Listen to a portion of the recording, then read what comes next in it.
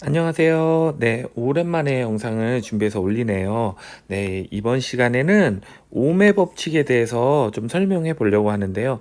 학생들이 이 오매 법칙을 너무너무 어려워하거든요. 그래서 제가 수년간 가르치다 보니 나름의 노하우가 있어서 이제 소개해 드리려고 합니다.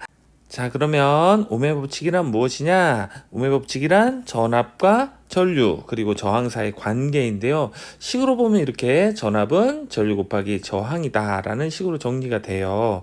근데 이 식이 좀 수학이 들어가면 특히 뭐 중학생 학생들이 굉장히 어려워하거든요. 그러면 이거를 한번 제가 좀 쉽게 한번 설명을 해볼게요. 우선 전압, 전류, 저항이 어떤 의미인지부터 한번 볼게요. 전압은 전류를 흐르게 하는 원인, 전압 때문에 전류가 흐른다라고 하죠.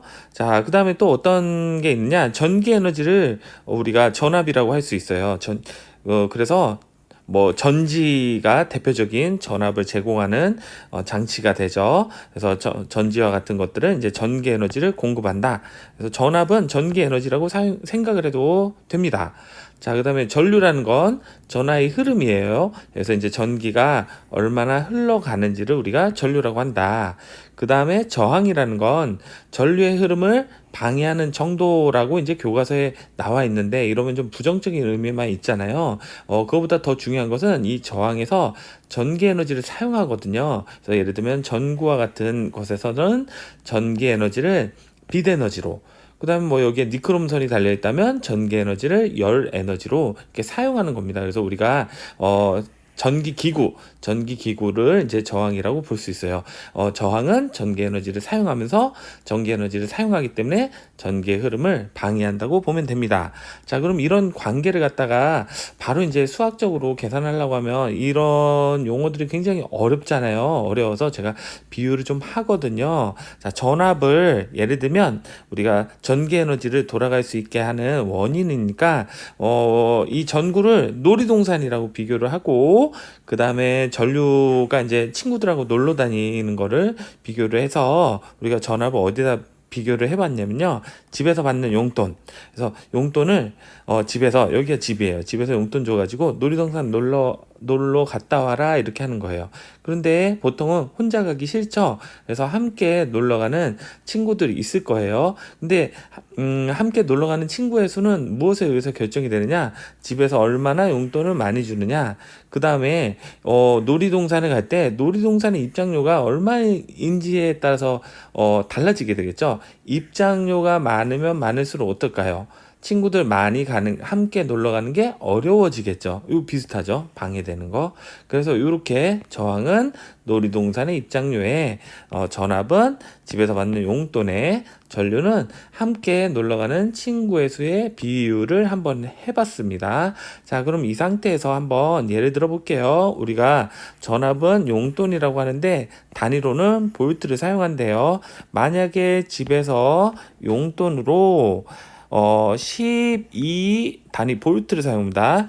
볼트의 용돈을 받았어요. 자, 용돈을 받았는데 놀이동산 놀다 오거라 그랬는데 놀이동산의 입장료가 3옴이라고 할게요. 얘는 이제 단위로 옴을 사용하죠. 그러면 친구들 몇 명이랑 놀러 갈 수 있을까요? 네, 입장료가 3옴이니까 네, 12V의 용돈을 가지고 왔다면 4A의 친구들이 갈 수 있겠죠? 4A의 친구들이 갈 수 있겠죠? 그래야지 한 사람당 3옴의 입장료를 내니까 모두 4명이서 12V의 용돈을 다 쓰고 돌아올 수 있잖아요. 조건은 하나요. 다 쓰고 돌아와야 돼요. 집에서 받던 용돈은 다 쓰고 돌아와야 됩니다. 자, 그럼 요거 식이 어떻게 되는지 한번 볼까요? 요 아래. 네, 전압이 12V라는 용돈을 받았으면 친구들 4명이서 4A에서 놀러 간다고 할 때, 네, 3옴인 입장료를 받는 놀이동산에 놀러 가면, 이제 다 돈을 다 쓰고 올 수 있다. 이렇게 비교가 되는 겁니다. 어렵지 않으시죠? 한 번만 더 예를 들어 볼까요? 자, 이번에는, 놀이동산의 입장료가 2옴인 놀이동산이 있어요. 그런데 나는 친구들 4명이랑 4암페어랑 놀러 가고 싶어요. 그럼 집에서는 용돈을 얼마를 받아야 할까요? 네, 요 식에다 한번 해보면요. 4암페어의 친구들하고 놀러 간다고 할 때, 네, 각각 2옴의 입장료를 내야 되니까, 집에서 받아야 한 용돈은 8볼트의 용돈을 받아야 되는구나. 요렇게 이제 간단하게 계산을 할 수 있습니다. 하도 어려워해서 제가 이런 비유를 사용하거든요. 자, 그러면 오매 법칙이 이제 이런 수학적 관계가 있다라는 걸 알았고요. 그 다음에 또 어떤 의미가 있는지도 한번 알아볼게요. 화면부터 좀 지울게요. 자, 이번에는 어떤 얘기를 하냐면, 우리가 이제, 설명을 할 때, 오매 법칙을 식이 아니고, 이제 비례, 반비례로 설명할 때 어떻게 될 수 있냐면요. 자, 저항이 일정할 때, 전압이 커지면, 전류가 같이 커진다, 비례한다, 라고 하는데요. 그 말이 어렵죠? 자, 그걸 이 비유를 이용해서 이해하면 이렇습니다. 자, 놀이동산의 입장료가 안 변해요. 똑같아요. 그러면 집에서 용돈을 많이 받으면 많이 받을수록 함께 친구들과 많이 놀러 갈 수 있다. 이런 얘기예요. 그래서 저항이 일정하면 전압이 증가할 때 전류도 같이 증가한다. 이런 비유가 가능하거든요.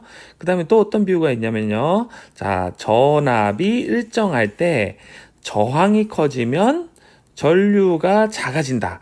반비례한다. 이렇게 하거든요. 요거는 어떻게 비교할 수 있느냐?